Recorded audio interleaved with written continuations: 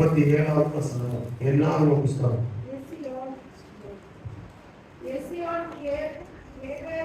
எசியோன் கேபேரிலிருந்து புறப்பட்டு போய் காதேசாகிய சீன் வனாந்திரத்திலே பாளையம் இறங்கினார்கள். காதேசிலிருந்து புறப்பட்டு போய் ஏதோம் தேசத்தின் எல்லையில் இருக்கிற ஓர் என்னும் மலையிலே பாளையம் இறங்கினார்கள். ஆமென். ஜெபிப்போம். நல்ல ஆண்டவரே, இந்த வசனங்களுக்காக ஸ்தோத்திரம். கர்த்தருடைய ஆவியானவர் எங்களோடு கூட பேசுங்க. ஆண்டவரே, என் கருத்துல கொடுக்கிறோம். இது கடமைக்கான ஒரு ஜெபம் அல்ல. எல்லாருடைய மனதை திறந்து உடைய பிள்ளைகளை நீங்க ஆசீர்வதிங்க, எங்களோடு கூட பேசுங்க. இயேசுவின் நாமத்தில் பிதாவே. விசுவாசிக்கிறீங்க. நாம் ஜெபிக்கும் போது கர்த்தர் நம்மோடு பேசுறார். அப்படின்னு விசுவாசிக்கிற மாதிரி சொல்லுறார். கர்த்தருக்கு மகிமை உண்டாவதாக.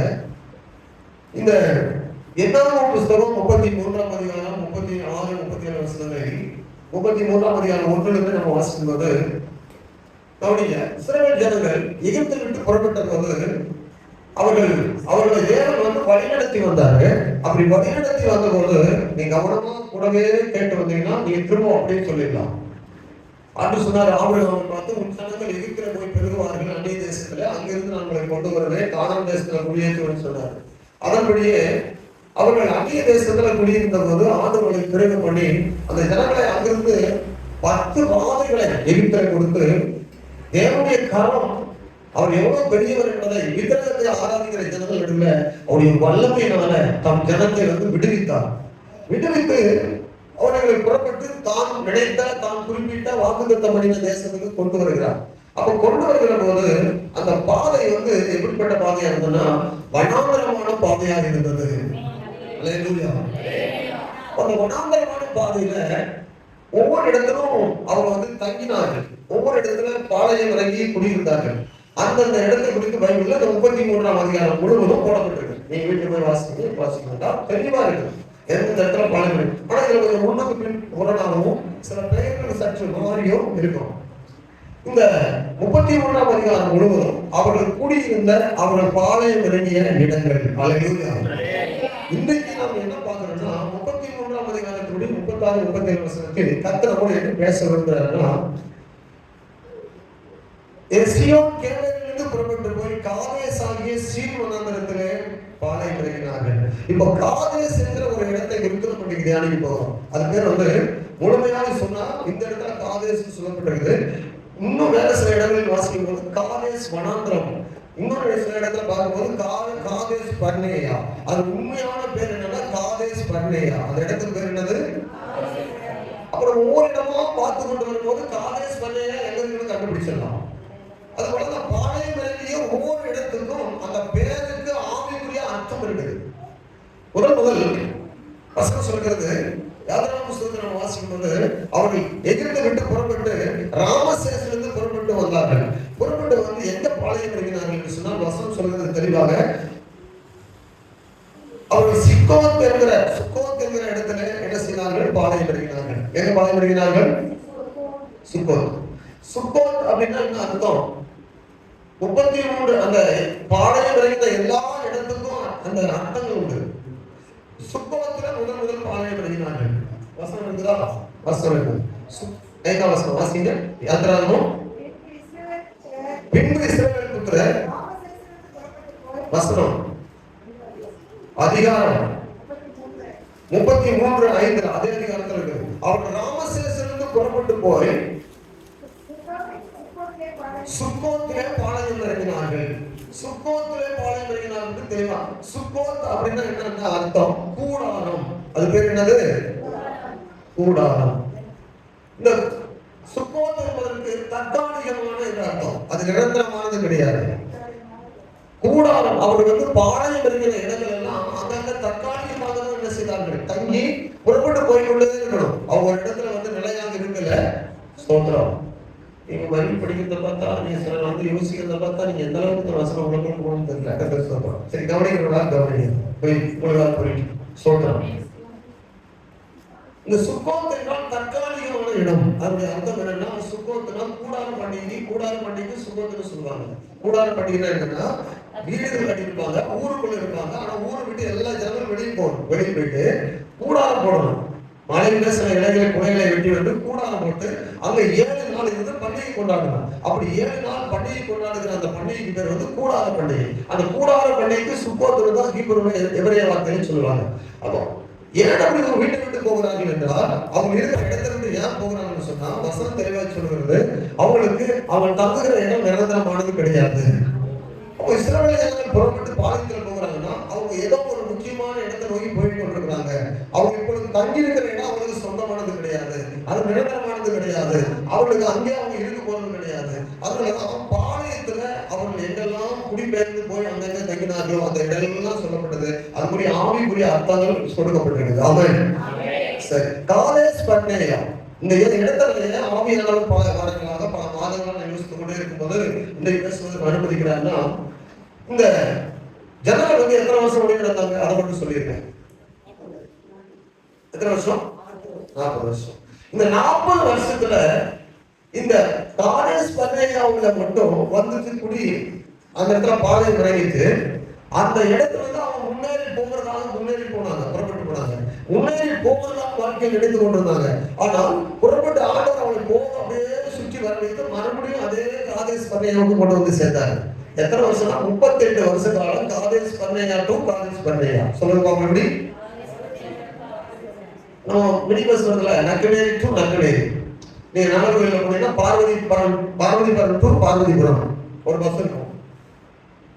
அப்படின்னா கோட்டாறு டு கோட்டாறு, நக்கநேரி டு நக்கநேரி. எப்படின்னா இங்கிருந்து அப்படியே போய் சுத்திட்டு போவோம் ராஜபாளையம், அப்படியே சுத்திட்டு எங்க வருவாங்க சொன்னா உடனே நக்கநேரி வருவோம். அல்லேலூயா. ஆனா இவங்க பிரயாணம் எப்படி இருந்ததுன்னா, இந்த காதேஸ் பர்னேயாவுல எப்ப போய் சேர்ந்துட்டாங்கன்னா 2 வருஷத்துல போய் சேர்ந்துட்டாங்க, 2 ஆண்டுகள்ல. இப்போ 2 ஆண்டுகள்ல போய் சேர்றதுக்கு முன்னாடி 2 வருஷமா எங்க தங்கி இருந்தாங்கன்னா, 2 வருஷமா எங்க தங்கி இருந்தாங்க, அதாவது 52 நாளுக்குள்ள எங்க வந்துட்டாங்க, செகண்டர் எல்லாம் தாண்டி வந்துட்டாங்க. பிறகு வந்துட்டு 2 வருஷத்துக்கு உள்ள எங்க வந்துட்டாங்கன்னா சீனாய் மலைக்கு வந்துட்டாங்க. கவனிங்க, 2 மாதத்துக்குள்ள சீனாய் மலைக்கு வந்துட்டாங்க. சீனாய் மலைக்கு 2 மாதத்துக்குள்ள வந்துட்டாங்க. ஆனா 2 வருஷம் அங்க தங்கிட்டு இருந்தாங்க. அல்லேலூயா. நான் சுருக்கமா சொல்றேன், நீங்க பைபிள் படிச்சீங்கன்னா கொஞ்சம் சரித்திரத்தின் மூலமா ஆவியானவர் நம்மளோட நீ பேசுவாராங்க. அவங்க புறப்பட்டு வந்தது 3 மாதத்துக்கும் சீனாய் மலைக்கு வந்துவிட்டார்கள். ஆனா 2 ஆண்டு காலம் சீனாய் மலையின் அடியில் தங்கியிருந்தார்கள். அங்கதான் சீனாய் மலையின் அடியில் வந்துதான் மோசேக்கு வந்து அந்த பரிசுத்த பர்வதம் என்று சொல்லப்பட்ட சீனாய் மலையில தான் ஆண்டவர் நியாயப்பிரமாணம் 10 கற்பனை எல்லாம் கொடுத்து அங்கதான் அவங்க ஆசிரியர் கூடாரம் நிறுவுவதற்கு ஆண்டவர் தரிசனம் கொடுத்து அங்கிருந்து தான் ஆசிரியர் கூடாரம் நிறுவப்படும்படியாக பொருள் எல்லாம் கேட்டு வாங்கி ஆசிரியர் கூடாரத்தை ஸ்தாபனம் பண்ணினார்கள். அதுக்கு பிறகு கூடாரங்களை பெயர்த்து புறப்பட்டு அப்படியே போய்கொண்டே இருந்தாங்க. அப்படி போகின்ற போது இப்போ வசனத்துக்கு வருவோம்.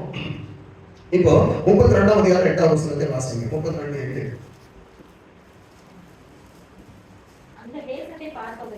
அந்த தேசத்தை பார்க்கிறதுக்கு அந்த ஜனங்களை நாம் பார்க்கிறதுக்கு உங்கள் பிதாக்களை காதேஸ் பர்னேயாவில் இருந்து அனுப்பின போது அவர்களும் இப்படியே வேவு பார்க்கிறதுக்கு எங்க இருந்து போனாங்க என்பதை இப்ப நீங்க புரிந்து கொள்ளுங்க. வேவு பார்க்கிறதுக்கு எங்க போனாங்க நம்ம அடிக்கடி பிரசங்கத்துல கேட்போம். அந்த 12 பேர் கத்தர் அனுப்பினா தேசத்துல போய் நம்ம பேர் பார்த்துட்டு வாங்கன்னு சொன்னாரு. எங்க இருந்து அனுப்பினாருன்னா காதேஸ் பர்னேயாவிலிருந்து தான் அவங்க அனுப்பினாங்க. அங்கிருந்து நம்ம சுருக்கமா போயிட்டு தேசம் முழுவதும் சுத்தி பார்க்கறதுக்கு தான் 4 நாள் போகிறதுக்கு 40 நாள் தேவையில்லை. மொத்தமா 40 நாள் ஆச்சு. தேசம் முழுவதும் சுத்தி பார்க்கறதுக்கு தான் 40 நாள் எடுத்துக்கொண்டாங்க. இப்போ அந்த காதேஸ் பர்னேயா என்பது மிக முக்கியமான ஒரு ஸ்தலம். அந்த இடத்துல இருந்துதான் வேவுக்காரரை கத்தர் அனுப்பினார். யாத்திரா புஸ்தகம் பாருங்க 19ஆம் அதிகாரம் 1-3 வசனம். இதற்கு முன்பு இந்த காதேஸ் பர்னேயாவுக்கு வருவதற்கு முன்பு யாத்திரா 19:1-3 வசனம் வாசிங்க. இஸ்ரவேல் புத்திரர் எகிப்து தேசத்திலிருந்து புறப்பட்ட 3ஆம் மாதம் 1ஆம் நாளிலே சீனாய் வனாந்திரத்தில் சேர்ந்தார்கள். அவர்கள் ரெவிதீமிலிருந்து பிரயாணப்பட்டு புறப்பட்டு போய் சீனாய் வனாந்திரத்தில் சேர்ந்து அந்த வனாந்திரத்தில் பாளையம் இறங்கினார்கள். அங்கே மலைக்கு எதிராக இஸ்ரவேலர்கள் பாளையம் இறங்கி அந்த மலை மேலே ஏறி போனாங்க. சரிங்களா? இப்ப எப்ப வந்தாங்க? பைபிள் பார்க்காம இப்போ வாசிட்டு சொன்னாங்க. ரெடி, அதாவது எங்கிருந்து புறப்பட்டு வந்தாங்க? எங்கிருந்து ராமசேஸ், அதாவது ராமசேஸ் புறப்பட்டு வந்து அதாவது 2வது மாதம் முடிந்து 3வது மாதம் 1வது நாள். அப்ப 61 நாளுக்குள்ள பிரயாணம் எங்க புறப்பட்டு வந்துட்டாங்கன்னா சீனாய் மலைக்கு வந்துட்டாங்க. சீனாய் மலைக்கு 61வது நாள் வந்து 2 ஆண்டு காலம் இருந்தாங்க. முதல் பஸ்காவை அங்கே ஆசரித்தாங்க. ஒரு ஆண்டு வந்தது. அவங்க புறப்பட்ட போது பஸ்காவை அடித்தார்கள், ஆசரித்தாங்க. மறுபடியும் அந்த பஸ்காவை வந்து முதல் பஸ்காவை எங்க சீனாய் மலைக்கு ஆசரித்தாங்க. அப்புறம் 2வது பஸ்காவை அங்கதான் ஆசரித்தாங்க. அல்லேலூயா. அது வசனம் இருக்குதான்னு சொன்னா இருக்குது, வசனம் இருக்குது. பாருங்க, அடுத்தது என்ன புஸ்தகம் 10ஆம் அதிகாரம். உங்களுக்கு முக்கியமா இது பெரிய ஒரு டீப்பான ஒரு காரியம். ஆனா அந்த வசனத்தை உங்களுக்கு புரியபடியே சொல்றேன். 10ஆம் அதிகாரம் என்ன ஆகும்? 10, 11, அதாவது 11, 12, 13 வசனங்கள் புரியும். என்ன ஆகும்? 10ஆம் அதிகாரம் 11 வசனங்கள். 2ஆம் வருஷம் 2ஆம் மாதம் 20ஆம் தேதியிலே மேகம் சாட்சியினுடைய பரிசுத்த ஸ்தலத்தின் வாசஸ்தலத்தில் மேலிருந்து எழுப்பிற்று. அப்பொழுது இஸ்ரவேல் புத்திரர் சீனாய் அபதமரான சீனாய் வனாந்தரம், சீனாய் மலை அங்கிருந்து புறப்பட்டு தங்களுடைய பிரயாண வரிசையால் புறப்பட்டார்கள். மேகம் பாரான் வனாந்தரத்தில் தங்கிற்று. இப்படியே மோசேயை கொண்டு சரி. இப்போ எதுக்காக இந்த வசனத்தை வாசிக்கிறதா? 2ஆம் வருஷத்துல எத்தனாவது மாதம் சொல்லப்படுது? 2 வருஷம் கழித்து 2ஆம் மாதம் 24ஆம் தேதியில அங்கிருந்து புறப்பட்டுச்சு. அப்புறம் 2 வருஷம் சீனாய் மலையில் இருந்தாங்க. புரியுதா உங்களுக்கு? இந்த பாளையம் புறப்பட்டாங்க எங்க போனாங்க என்ன செய்தாங்க அவங்க எல்லாம் புரியாம இருக்கும். இப்ப இது கொஞ்சம் புரிந்துக்கலாம். ஆவிக்குரிய அர்த்தத்தோடு நம்ம வந்து காதேஸ் பர்னேயா பற்றி தான் பார்க்க போறோம். அதுக்கு முன்னாடி கொஞ்சம் காரியங்களை சொல்லிட்டு காதேஸ் பர்னேயா. இப்ப ஏன் காதேஸ் பர்னேயான்னு சொன்னா, காதேஸ் பர்னேயா டு காதேஸ் பர்னேயா. ஜனங்கள் காதேஸ் பர்னேயா வந்து என்ன நினைச்சாங்கன்னா, நாம எங்க இடத்துல ஆண்டு இருக்கிறாரு, ஆசிரியர் கூட இருக்குது, தேவனுடைய மனுஷன் இருக்கிறாரு, தேவ வார்த்தைகள் இருக்குது, நாங்க முன்னேறி கொண்டிருக்கிறோம், ஆண்டுடைய சமூகத்துக்கு சீக்கிரமா போய் சேர்ந்துருவோம், சீக்கிரமா காணொலி போய் பிடிக்க போறோம், சீக்கிரமா போய் கொண்டிருந்தாங்க.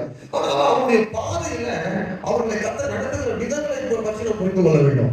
ஏன் அவ்விதமாய் நடந்தது அப்படின்னு சொல்லி அதை நம்ம பார்க்க போறோம். இப்போ சீனாய் மலையிற்றும் பாரான் வனாந்தரமும் சீன் வனாந்தரமும் சில நேரம் சொல்ல போறோம். காதேஸ் பர்னேயா இருந்த இடம் சீன் வனாந்தரம் அல்லது பாரான் வனாந்தரம், 2 வார்த்தை சொல்லப்படும் மாறி மாறி. 2 பாரான் வனாந்தரம்னு சொல்லப்படும், சீன் வனாந்தரம். சீன் வனாந்தரம் ஒன்று இருக்குது, சீன் ஒன்று இன்னொன்று இருக்குது. 2 இடத்துல சீன் வனாந்தரம் சொல்லப்பட்டிருக்கு. சீன் 2 இருக்குது. இந்த காதேஸ் பர்னேயா இருக்கிற வனாந்தரத்துக்கு சீன் வனாந்தரம் என்று பெயர் உண்டு. இன்னொன்று பேருக்கு பாரான் வனாந்தரம் என்று பெயர் உண்டு. அல்லேலூயா. இப்போ இந்த காதேஸ் பர்னேயாவுல வந்து குடியிருக்கிற காரியத்தை குறித்து மட்டும் நம்ம பார்க்க போறோம். கவனிங்க, காதேஸ் பர்னேயா அப்படின்னா அதோட அர்த்தம் என்ன? மீனிங். சுக்கோத்துனா என்ன? சுக்கோத்துனா என்ன? கூடாரம் அல்லது தற்காலிகமான இடம். அந்த இடத்துல அவங்க காலியாகி போகணும். அந்த இடத்துல அவங்க இருக்கவே முடியாது. அவனுடைய தற்காலிகமாக தான் கர்த்தர் வச்சிருக்கிறார், அவங்க அனுப்ப போகிறார். அல்லேலூயா. இந்த காதேஸ் பர்னேயா அப்படின்னா என்னன்னா, Hebrew meaning holy purifying wandering அப்படின்னா புனிதமான தூய்மைப்படுத்தும் அலைகள். புனிதமாவதற்கு தூய்மைப்படுத்துவதற்கு புனிதமான தூய்மையாவதற்கு அலைகள்கள் அப்படின்னு அர்த்தம். இந்த காதேஸ் பர்னேயா என்று சொன்னா இங்க வச்சு இவங்க பரிசுத்தப்படுத்த போறாரு. சத்தமா சொல்லுங்க பார்ப்போம். அதுக்காக அவர் என்ன செய்ய போறாருன்னா அவங்கள அலைய வைக்க போகிறார். அதான் அலைதல்கள். அதை வாசிக்கும் போது புதிய ஏற்பாட்டுல நமக்கு ஆவியானவர் புதிய ஏற்பாட்டுல நம்ம எப்படி நடத்துகிறாருன்னா பரிசுத்த ஆவியானவரே நம்ம நடத்துறாரு. பழைய ஏற்பாட்டுல அப்படிதான் சரி, புதிய ஏற்பாட்டுல அப்படிதான். கர்த்தருடைய வசனம் தள்ளி வச்சுட்டு கர்த்தருடைய பர்வதம் என்று சொல்லப்படுகிற சீனாய் பர்வதம். இது இந்த இடத்துக்கு பேர் என்னது? காதேஸ் பர்னேயா வருவதற்கு முன்பதாக அதுக்கு இடத்துக்கு பேர் என்ன இருந்தது? சரி, இப்ப வாசிங்க 33ஆம் அதிகாரம் 33, 34 வசனங்களை படிங்க. என்ன புத்தகம்? 33, 34. 10ஆம் அதிகாரம் 33, 34. 10 என்னாகும்? 33, 34. அவர்கள் கர்த்தருடைய பர்வதத்தை விட்டு 3 நாள் பிரயாணம் போனார்கள். 3 நாள் பிரயாணத்திலும் கர்த்தருடைய உடன்படிக்கை பெட்டி அவர்களுக்கு இளைப்பாறும் ஸ்தலத்தை தேடி கண்டுபிடிக்கும்படிக்கு காட்டும்படிக்கு கொண்டு சென்றது. அப்ப தேவனே இவர்களை வழிநடத்தினார். மோசேயினாலோ ஆரோனினாலோ அல்ல, இவர்கள் என்ன செய்தார்கள்? தேவனே இவர்களை நடத்தினார்கள். சந்தேகம் கிடையாது. எத்தனை நாள் புறப்பட்டு போனாங்க? இப்போ எத்தனை நாள் புறப்பட்டு எங்க இருந்து வந்தாங்க?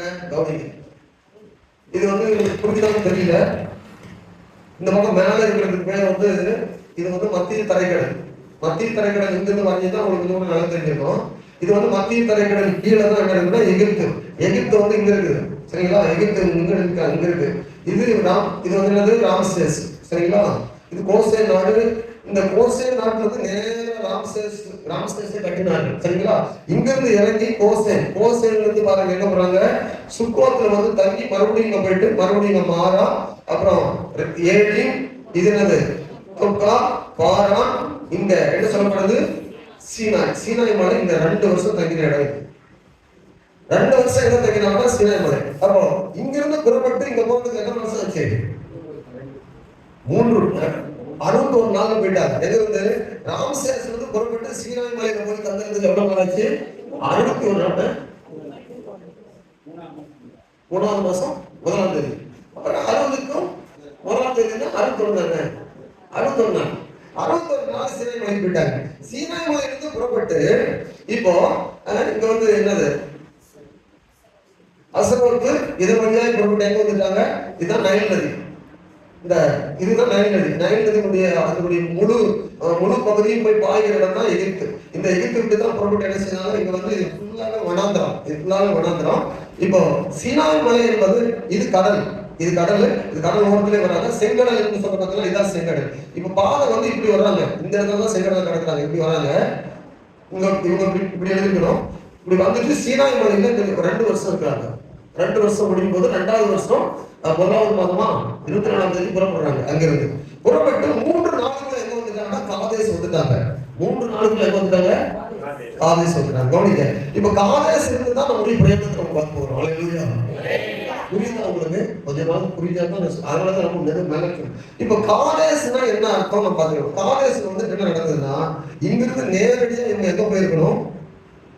காதேஸ் இருந்து நேரா எங்க போயிருக்கணும்னா இப்படியே போயிருந்தா எரிகோ இருக்குல்ல, இந்த எரிகோ இருக்கிற இந்த ஏரியா தான் எருசலேம். இது வந்து கடல் இந்த பக்கம் நேரா இருந்து இப்படி போயிருக்கணும். இப்படி போறத விட்டுட்டு இங்க காதேஸ் பண்ணையாவில் இருந்து இப்படி போயிட்டு ஒரு அலைஞ்சி மறுபடியும் திரும்ப இங்க வந்து இந்த ரவுண்ட் இப்படி போயிட்டு அலைஞ்சு திரும்ப இங்க வந்து இங்க இருந்து மறுபடியும் இங்க போயிட்டு இப்படியே போயிட்டு எடுத்துட்டாங்க. கிழக்கு பகுதிக்கு போயிட்டு மேற்கு வர்றாங்க. இன்னும் கொஞ்சம் பெரிய மேப்பா இருந்தா நமக்கு வந்து தெளிவா தெரியும். சரி, இப்ப நமக்கு தெரிய வேண்டியது ஒரே ஒரு காரியம் என்னன்னா காதேஸ்ல எவ்வளவு நாள்? இந்த காதேசுக்கும் இப்படி சுத்தி வந்தது எவ்வளவு காலம்? மறுபடியும் காதேஸ்ல இருந்து மறுபடியும் காதேஸ் நகரத்தை, அதாவது அந்த இடத்துக்கு வந்து காலங்கள் எவ்வளவு, அதை மட்டும் நம்ம கவனிக்கணும் முக்கியமா. 3 நாளுக்குள்ள சீனாய் மலையிலிருந்து எங்க வந்துட்டாங்க? 2 முறை ரவுண்ட் பண்ணிட்டேன். 3 நாளுக்குள்ள சீனாய் மலையிலிருந்து புறப்பட்டு எங்க வந்துட்டாங்க? சரி, கோசேன் நாட்டுல ராமசேஸ்ல இருந்து புறப்பட்டு சுக்கோத் வழியா சீனாய் மலைக்கு எத்தனை நாளுக்குள்ள வந்து சேர்ந்துட்டாங்க? இது மட்டும் தெரிஞ்சா போதும். அடுத்தது அங்கிருந்து சுக்கோத்துல இருந்து சீனாய் மலைக்கு 61 நாள் வந்து அங்கிருந்து 2 வருஷம் அங்கிருந்தாங்க. 2 வருஷம் கழித்து எத்தனை நாள் பிரயாணத்துல நேரடியாக காதேஸ் பண்ணையா வந்தாங்க? 3 நாள் பிரயாணத்துல வந்துட்டாங்க. இப்போ காதேஸ் பண்ணையா வந்து புறப்பட்டு போயாச்சுன்னா வேகமா அதிகபட்சமா மக்களும் சேர்ந்து கூட போறதுனால அதிகபட்சமா அவங்க எல்லாரும் ரொம்ப மெல்ல பூச்சி போல நடந்து போனா கூட 11 நாள்ல போயிடலாம். எங்க போயிடலாம்? 11 நாள்ல எங்க போயிடலாம்? காணாமக்குள்ள பாதுகாத்த பூமிகளை போயிடலாம். ஆனா அதுக்கப்புறம் 38 ஆண்டு காலம் இதை சகிக்கவே முடியாது, இது ஏற்றுக்கொள்ளவே முடியாது. 38 ஆண்டு காலம் காதேஸ் பண்ணையா. ஏன் இப்படி இந்த காரியங்கள் நடக்கிறது என்பதுதான் மிக மிக முக்கியமானது. இப்போ வாருங்க, எப்படி நீங்க சொன்னீங்க 38 வருஷம். உபாகமம் 1ஆம் அதிகாரம் 19ஆம் வசனம். உபாகமம் 1:19. உபாகமம் 1:19 வாசிக்கிறோம். நம்முடைய தேவனாகிய கர்த்தர் நம்ம கட்டளையிட்டபடியே நாம் ஓரேபை விட்டு பிரயாணம் பண்ணி எமோரியரின் மலைநாட்டுக்கு நேராக பெரிய வனாந்தர வழியை முழுவதும் நடந்து வந்து காதேஸ் பர்னேயாவிலே சேர்ந்தோம். இப்போ அந்த பெரிய வனாந்தரம் அதன் வழியாக ஆண்டவர் கொண்டு வந்து அலைந்து திரிந்தார்கள். அதில் கொண்டவர்கள் ஆவியானவரை உடன்படிக்கையோடு கொண்டு வந்து எங்க நிலைநாட்டினார்? காதேஸ் பர்னேயாவிலே நிலைநாட்டினார். 22ஆம் வசனத்துல 38ஆம் வசனம் வரைக்கும் அவர் சொல்லும்போது மோசே என்ன சொல்றாரு பாருங்க. பழைய காரியத்தை மறுபடியும் ஞாபகப்படுத்தார், ரிமைண்ட் பண்றாரு. 22ஆம் வசனத்துல இருந்து அப்பொழுது நீங்கள் எல்லாரும் என்னிடத்தில் வந்து, நீங்க வந்துட்டீங்க, அந்த இடத்துக்கு வந்துட்டீங்க, பெரிய இளைப்பாறுதலை கொண்டு வந்து காலேஜ் பண்ணையாக கத்தர் வச்சுட்டாரு. ஆனா அங்க வந்த பிறகு என்ன நடந்தது என்பதை மோசே மறுபடியும் ரிமைண்ட் பண்ணி அவர் சொல்றாரு. என்ன சொல்றாருன்னா, அப்பொழுது நீங்கள் வந்து என்னிடத்தில் வந்து நமக்காக அந்த தேசத்தை சோதித்து பார்க்கவும், நாம் என்ன வழியாக அதில் சென்று என்ன பட்டணங்களுக்கு போகலாம் என்று நமக்கு மறுசெய்தி கொண்டு வருவோம், தமதுக்கு முன்னாக மனிதனை அனுப்புவோம் என்றீர்கள். நான் வாசிக்கிறேன், நீ வாசிக்கிறேன் கவனிங்க. அது எனக்கு நன்றாக கண்டது. உடனே மோசே கோத்திரத்துக்கு ஒருவனாக 12 மனிதரை தெரிந்து கொண்டு அனுப்பினோம். அவர்கள் புறப்பட்டு மலைகளில் ஏறி எஸ்கோல் பள்ளத்தாக்கு மட்டும் போய் அதை வேவு பார்த்து அந்த தேசத்து கனிகள் சிலவற்றை தங்கள் கையில் எடுத்துக்கொண்டு நம்மிடத்தில் வந்து, நம்முடைய தேவனாகிய கர்த்தர் நமக்கு கொடுக்கும் தேசம் நல்ல தேசம் என்று நம்மிடத்தில் சொன்னார்கள். அப்படி இருந்தும் நீங்கள் போக மாட்டோம் என்று உங்கள் தேவனாகிய கர்த்தருடைய கட்டளைக்கு விரோதமாக எதிர்த்து உங்கள் கூடாரங்களில் முறுமுறுத்து, கர்த்தர் நம்மை வெறுத்து நம்மை அழிக்கும்படி பொருட்டாக நம்மை எமோரியரின் கையில் ஒப்புக்கொடுக்கும்படி நம்மை எகிப்து தேசத்திலிருந்து புறப்பட பண்ணினார். நாம் எங்கே போகலாம்? அந்த ஜனங்கள் நம்மை பார்க்கிறோம், பலவான்களும் நெடியவர்களும் அவர்கள் பட்டணங்கள் பெரியவைகளும் வானத்தையெல்லாம் மதிலுள்ளவைகளும் இருக்கிறது என்றும் ஏனாக்கியின் புத்திரரையும் அங்கே கண்டோம் என்று நம்முடைய சகோதரர் சொல்லி நம்முடைய இருதயத்தை கலக்கப்படினார்கள் என்று சொன்னீர்கள். அப்பொழுது நான் உங்களை நோக்கி, நீங்கள் கலகம் பண்ணாமலும், அதாவது நீங்கள் கலங்காமலும் அவர்களுக்கு பயப்படாமலும் இருங்கள். உங்களுக்கு முன் செல்லும் உங்கள் தேவனாகிய கர்த்தர் தாமே எகிப்தில் உங்களோடு இருந்து உங்கள் கண்களுக்கு முன்பாக செய்த எல்லாவற்றையும் போலவும் வனாந்திரத்தில் செய்து வந்தது போலவும் உங்களுக்காக யுத்தம் பண்ணுவார். ஒரு மனிதன் தன் பிள்ளையை சுமந்து கொண்டு போவது போல நீங்கள் இவ்விடத்துக்கு வருகிற வரைக்கும் நடந்து வந்த வழிகள் எல்லாவற்றிலேயும் உங்கள் தேவனாகிய கர்த்தர் உங்களை சுமந்து கொண்டு வந்ததை கண்டீர்களே. உங்கள் தேவனாகிய கர்த்தர் நீங்கள் வானில் இறங்கி இருக்கிற இடத்தை பார்க்கவும், நீங்கள் போக வேண்டிய வழியை உங்களுக்கு காட்டவும், இரவில் அக்னி ஸ்தம்பத்தின் அக்னியிலும் பகலில் மேகத்திலும் உங்களுக்கு முன் சென்றாரே. இப்படி இருந்தோம் இந்த காரியத்தில் நீங்கள் அவரை விசுவாசியாமல் போனீர்கள். ஆகையால் கர்த்தர் உங்கள் வார்த்தைகளின் சத்தத்தை கேட்டு கடும் கோபம் கொண்டார். உங்கள் பிதாக்களுக்கு கொடுப்பேன் என்று நான் ஆணையிட்ட அந்த நல்ல தேசத்தை இந்த பொல்லாத சந்ததியாராகிய மனிதரில் ஒருவரும் காண்பதில்லை என்றும், எப்பொழுதும் குமாரனாகிய காலை மாத்திரம் அதை காண்பான். அவன் கர்த்தரை உத்தமமாய் பின்பற்றினபடியால் நான் அவன் விதித்து வந்த தேசத்தை அவனுக்கும் அவன் பிள்ளைகளுக்கும் கொடுப்பேன் என்றும் ஆணையிட்டார். அன்றியும் உங்கள் நிமித்தம் கர்த்தர் என் மேலும் கோபம் கொண்டு நீயும் அதில் பிரவேசிப்பதில்லை. உனக்கு முன்பாக இருக்கிற நூனின் குமாரனாகிய யோசுவா அதில் இப்போ அங்க இருக்கிற பிரச்சனை முழுவதும் சொல்றாரு. எதை முழுவதும் சொல்றாரு? அங்க ஜனங்கள் என்ன எப்படி நடந்து கொண்டார்கள், நடந்து கொண்டதுனால அவங்க என்ன செய்ய போறேன்னு சொல்லி சொல்றாரு. இப்போ அங்க ஒரு காரியத்தை ஆரம்பிக்கிறார். காதேஸ் பண்ணையால என்ன ஆரம்பிக்கிறார்னா, அதான் முதல்ல பார்த்தோம். காதேஸ் பண்ணைன்னு சொன்னா என்ன மீனிங், அதனுடைய அர்த்தம் என்னன்னா புனிதமான தூய்மைப்படுத்தும் அடைதல்கள். இப்படி இவங்களை புனிதப்படுத்துவதற்காக கவனிங்க, சுத்தம் வைக்கிறாரு. சுத்தம் வைக்கிறாருன்னா நேரடியாக கொண்டு போயிருக்கணும். சுத்தம் வைக்கிறாரு, 38 வருஷம் சுத்தம் வைக்கிறாரு. இங்கிருந்து புறப்பட்ட இடத்துல இருந்து மறுபடியும் சுற்றிட்டு வர்றதுக்கு 38 வருஷம் ஆச்சு. அந்த 38 வருஷத்துல யாரெல்லாம் முறுமுறுத்தார்களோ அத்தனை ஜனங்களிலும் ஒருவர் கூட சுவாசத்தோடு இல்ல, 2 பேர் தான் அந்த வயதுல முறுமுறுக்காமல் அந்த வயதுல இருந்த 2 பேர் தான் இருந்தாங்க. அவங்க 2 பேருக்கு பேர் என்னன்னு சொன்னா, ஒருத்தன் பேரு காலேப், ஒருத்தன் பேர் வந்து யோசுவா. ஏன் அப்படி 38 வருஷம் அப்படி சுத்தம் வச்சாருன்னா, ஆண்டவர் ஜனங்களை பரிசுத்தப்படுத்தினார். அல்லேலூயா. இன்றைக்கும் ஆவிக்குரிய வாழ்க்கையில நம்முடைய காரியங்கள்ல கவனிங்க, சில பிரச்சனைகள், போராட்டங்கள், கண்ணீர்கள் வருகிற சில காரியங்கள் எதற்காக சொன்னா, நம்ம சுத்திகரிப்புக்கு நம்ம கர்த்தர் ஒப்பு கொடுக்க விரும்புறாரு. ஆமென். இப்படி அலைய வைத்தான்னு சொல்றாருல்ல, மறுபடியும் சொல்றாரு. 2ஆம் அதிகாரத்துக்கு வாங்க. 2ஆம் அதிகாரம் வாங்க, 14 வசனம் படிங்க. 2:14 படிங்க. 2:14. யுத்த மனிதரான அந்த சந்ததி எல்லாம் சேரத்தை மறுபடியும் அந்த இடத்துல வந்து கடக்க மட்டும் எப்படி நீங்க 38 வருஷம் சொல்றீங்கன்னா அந்த வசனம் நமக்கு ஆதாரமா இருக்கு. எத்தனை வருஷம் ஆச்சு? மறுபடியும் பாயிண்ட் டு பாயிண்ட் சுத்திட்டு மறுபடியும் எங்க வராங்க? நக்கனேரி டு நக்கனேரி, அல்லது அங்கிருந்து ராஜபாளையம் டு ராஜபாளையம். ஒரு சுத்திட்டு மறுபடியும் எங்க வராங்க? அந்த ஆற்றை கடக்கிற போது 38 சேரத் ஆற்றை கடக்கும் போது 38 வருஷம் ஆச்சு. எத்தனை வருஷங்களுக்கு கடந்து சென்றது? அப்போ 38 வருஷம் கர்த்தருடைய காரியங்களை செய்து முடிக்கிறதுக்காக அவங்களை அலைய வைத்தார். இது நியாயமானு கேட்டா, ஜனங்களை நீங்க பாப்பீங்கன்னா கர்த்தர் நியாயமான இடத்துல கேட்கும்போது ஜனங்களுடைய குணநலங்கள் வந்து எப்படின்னா அவருடைய அற்புதத்தை 10 முறை இருக்கிற பார்த்தாங்க. அமைச்சர்களை கர்த்தர் அடைத்தார். ஒவ்வொரு தெய்வத்தினுடைய சவாலை ஆண்டவர் எகிப்தில் காட்டினார். ஆனா ஜனங்களுடைய மனம் திரும்புதலும் தேவனை உத்தமமா பற்றி கொண்டு விரும்பவே இல்லை.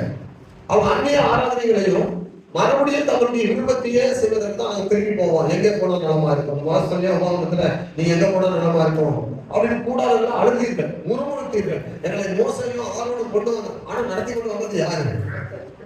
நடத்தி கொண்டு வந்தது யாரு? அந்த வசனம் சொல்லுகிறது 3 நாள் உடன்படிக்கை பண்ணி தான் அவனுக்கு இழைப்பாத இடத்தை கண்டுபிடிச்சு கொண்டு போச்சு. இவங்களுக்கு ஒண்ணுமே தெரியாது, ஆண்டவர் தான் நடத்தினாரு. ஆனா இவங்க என்ன சொன்னாங்க, நீங்க தான் எங்களை கொண்டு வந்தீங்க, எங்களை எல்லாம் கொண்டு வந்தீங்க, எங்களுக்கு புதைக்குழி, அதாவது எங்களை புதைப்பதற்கு இடம் இல்லை என்று சொல்லியா இந்த வீட்டுக்கு பாராள மண்டலத்துக்கு கொண்டு வந்து சொல்லி ஊர் கொடுத்தாங்க. அப்போ ஆண்டு சொன்னாரு, இந்த ஜனங்களை கடும் கோபம் கொண்டதுனால 38 ஆண்டு காலம் சென்றது. ஹல்லேலூயா. சத்தமா சொல்லுங்க, சத்தமா சொல்லுங்க. இப்போ இன்னொரு வசனத்துக்கு வருவோம். வசனம் உபாகம புஸ்தகம் 9ஆம் அதிகாரம் 23ஆம் வசனத்துக்கு வாங்க. 9:23. 9ஆம் அதிகாரம் 23 உபாகமம். நீங்கள் போய் நான் உங்களுக்கு கொடுத்த தேசத்தை சுதந்தரித்துக் கொள்ளுங்கள் என்று காதேஸ் பர்னேயாவிலிருந்து கர்த்தர் உங்களை அனுப்புகையிலும் நீங்கள் உங்கள் தேவனாகிய கர்த்தரை விசுவாசியாமலும் அவருடைய சத்தத்துக்கு செவிகொடாமலும் அவருடைய வாக்குக்கு விரோதமாக கலகம் பண்ணினார்கள். ஏன் அப்படி? அவங்க விசுவாசிக்கல. கவனிங்க, கர்த்தருடைய வார்த்தையை கேட்டாங்க, விசுவாசிக்கல. ஆரோனையும் மோசையும் கண்ணுக்கு முன்னால வச்சு அத்தனை அற்புதங்களை எகிப்து தரிசனம் செய்தாங்க, விசுவாசிக்கல. விசுவாசிக்கல மட்டும் பரவாயில்ல, அது கலகம் பண்ணினார்கள், ஒருவர் தூண்டி விட்டார்கள். மொத்த என்னது பாளையத்துக்குள்ள ஒரு பெரிய கலவரம், அதை சகிக்கவே முடியல. மோசை அதான் செய்யலாம், இந்த கலவரத்தை வந்து அடக்கவே முடியல. ஆண்டவர் பார்த்தாரு, கடும் கோபம் கொண்டாரு. கடும் கோபம் கொண்டு கீழே வசனம் சொல்கிறது, கலகம் செய்தீர்கள், விசுவாசிக்கவில்லை. கற்பனைகளை கொடுத்து, ஆராதனைகளை கொடுத்து, உடன்படிக்கையை கொடுத்து, ஆசரிப்பு கூடாரத்தை கொடுத்து, மகிமை கூட கொடுத்து, எனக்கு அக்னி ஸ்தம்பம் நல்லா இருக்குதுங்க, மேக ஸ்தம்பம் 16 மேல இருக்குது. என்ன ஆச்சரியமா கண்கள் கண்டது. இதுல என்ன பிரச்சனை? இறுதியில உணர்வுன்றதே இல்லை. நம்ம என்ன நடக்கிறோம், எப்படி போறோம், ஆண்டவர் என்ன செய்யறாங்கிறது உணர்வே கிடையாது. அப்ப ஆண்டவர் பார்த்தாரு, இவங்களை கொண்டு போய் காணாமல் வச்சாலும் காணாமல் விட்டு போயிடும். இவங்களை கொண்டு போய் காணாமல் வச்சா என்ன செய்யும்? சில ஆட்கள் பர்வதத்தில் கொண்டு போய் வச்சா அங்கேயும் கலவரம் பண்ணுவாங்க. சில ஆட்கள் இருக்காங்க, அவங்களை பர்வதத்தில் கொண்டு போய் வச்சீங்கன்னா அங்கேயும் அவங்க நிச்சயமா கலவரம் பண்ணுவாங்க. அப்படிப்பட்ட ஆட்களை பார்த்தாரு, இவங்களை கொண்டு போய் காணாமல வச்சா இருக்கிற ஜனங்களுக்கு விட்டாரு.